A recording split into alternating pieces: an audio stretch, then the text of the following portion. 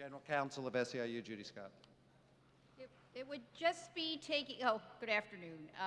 It would just be looking at the 103B, the second page, the last two bullets in the second, after therefore be it resolved, it would be striking the bullet that starts with shifting the billions and the next bullet that starts with establishing a new foreign policy. So the last two bullets in the final part of the resolution.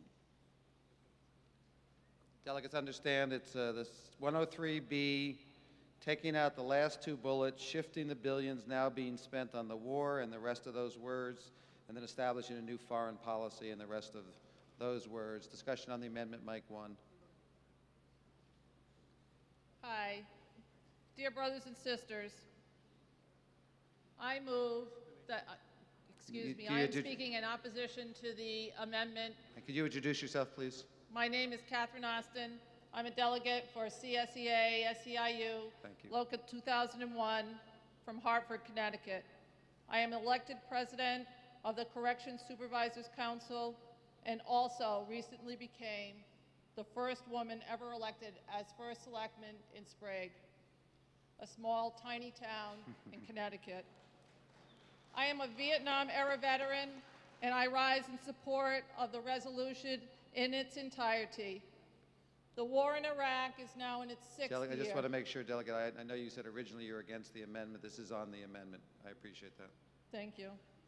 It has not only had a devastating impact on thousands of families whose mothers, fathers, sisters, brothers, daughters, and sons have given all there is to give. It has brought home tens of thousands with injuries, some obvious, some not. The economic cost of the war is devastating our country, the country which you and I serve every single day. $525 billion to date has been thrown away.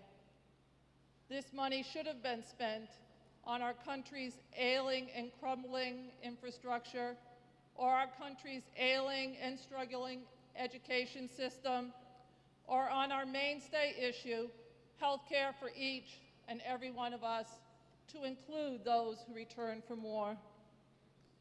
Now George Bush again holds out his hand, demanding $135 billion more dollars. This amount would provide health care for 39,912,404 women, men, and children. This war continues, and George Bush continues to place the priority of this war over working families, children, and seniors, and even over adequate treatment of our military women and men. As a union, we need to keep the ending of the war on our national agenda. We need to elect Barack Obama as our next president, someone who will support workers, someone who will support children, someone who will support veterans and all our returning soldiers. I urge all delegates to support the resolution in its entirety and disregard the amendment, which opposes this war, and further urge all SEIU locals to join U.S. labor against the war as a means to engage union members in a campaign to end this unnecessary, ineffective, inappropriate, 10 seconds. and illegal war. Thank you. Point of order on Mike 2. My name is David Mallon of UHWS. I just have a question about the request. It seemed to me that when I read two paragraphs, it starts with Senator McCain, and that the next paragraph is therefore be resolved, and that all the bullets are within the second paragraph. Could I have clarification on that? That is what the maker of the motion provided us. We're on Mike 2, I believe. Mike 2, speaker on Mike 2. Yes, my name is Ray Clover, 517M, out of Michigan. I'm a retired Army First Sergeant, spent 22 years. And I'm here to, number one, to say that, you know, no one opposes war, I think, more than a soldier does, because they're the ones that have to go. But sometimes it's necessary. I do not believe that this war was necessary. I believe we need to get out of there. I think we need to do it with pride and dignity, but I think we need to get the people out of there. I do not believe that the United States Army should be used to impose our political ideas on another nation. And therefore, I support this proposal, this amendment. Thank you. Okay. On the amendment, is there anybody at mic 5? Thank you, Mr. Chairman. Phil Martini, Local 73, Chicago, Illinois. I stand in opposition of this amendment. On April 8th, 2006, I got the call, as my Gold Star sister did. My son was killed by sniper fire in El Anbar at 14:20:22 hours. Not long after my son had died, I went to his memorial in San Diego with his brothers that came back. Of his 12-man squad, only 5 came back. Only 3 were uninjured. I was asked to see a storyboard, if I wanted to see a storyboard.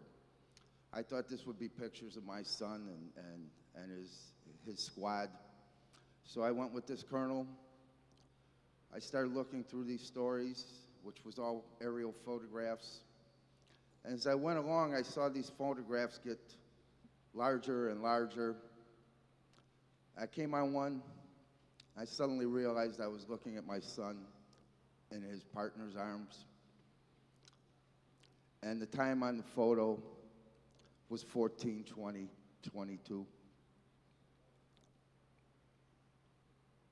Since that time, I've stayed close with his brothers in arms. He joined the Marines with our next door neighbor, who just completed his 3rd tour, came home from Iraq. He also was a squad leader, had a 12-man squad. 10 of his brothers died in his arms. John Ulmer now has a 75% disability, post-traumatic stress syndrome. These fellas are having a hard time finding work. Those that come home, not physically harmed, are mentally injured. We're sending our same sons and daughters back over and over again. I stand in opposition of this amendment because, folks, we have to do everything we can to get these, our sons, our daughters, our brothers, our sisters. Delegates. Because once we get them home, our current government is not doing enough for these folks. They're not taking care of them. I've got a 15-year-old son. He wants to be a Marine someday. Unfortunately, right now, it's probably for all the wrong reasons. But when he's old enough, and hopefully when he completes college, if he still wants to be a Marine, I'll be very proud of him. And hopefully I won't lose him. Please put this amendment down. Thank you.